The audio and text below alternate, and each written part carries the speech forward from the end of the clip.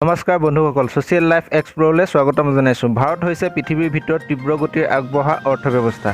আজি আমি এনে 5খন চহৰৰ বিষয়ে জানিম যি ভাৰতৰ অন্য চহৰবোৰৰ তুলনাত অধিক কৰ্মসংস্থাপন দিয়ে।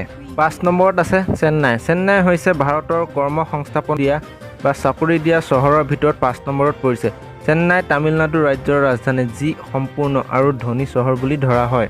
এইখন চহৰত সহজতেই কিবা এটা কাম পোৱা যায়। নম্বৰত আছে মুম্বাই। মুম্বাই ভাৰতৰ এনে এখন চহৰ যি কৰ্মসংস্থাপন দিয়াত 4 নম্বৰত পৰিছে। মুম্বাই হৈছে মহাৰাষ্ট্ৰৰ ৰাজধানী যিখনক ভাৰতৰ আৰ্থিক ৰাজধানী বুলিও জনা যায়।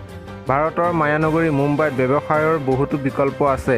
এইখন চহৰত জনসংখ্যাও বাকী অন্য চহৰতকৈ বেছি। 3 নম্বৰত আছে আহমেদাবাদ। ভাৰতৰ ভিতৰত অধিক কৰ্মসংস্থাপন পোৱা চহৰৰ ভিতৰত আহমেদাবাদ 3 নম্বৰত পৰিছে। গুজৰাটৰ আহমেদাবাদ চহৰখন ভাৰতৰ ভিতৰত অধিক গতিৰে বিকাশ হোৱা চহৰ বুলি সকলোৱে মানে। 2 নম্বৰত আছে পুনে। ভাৰতৰ ভিতৰত অধিক কৰ্মসংস্থাপন পোৱা চহৰৰ ভিতৰত পুনে 2 নম্বৰত পৰিছে। পুনে মহাৰাষ্ট্ৰৰে অন্য এখন চহৰ।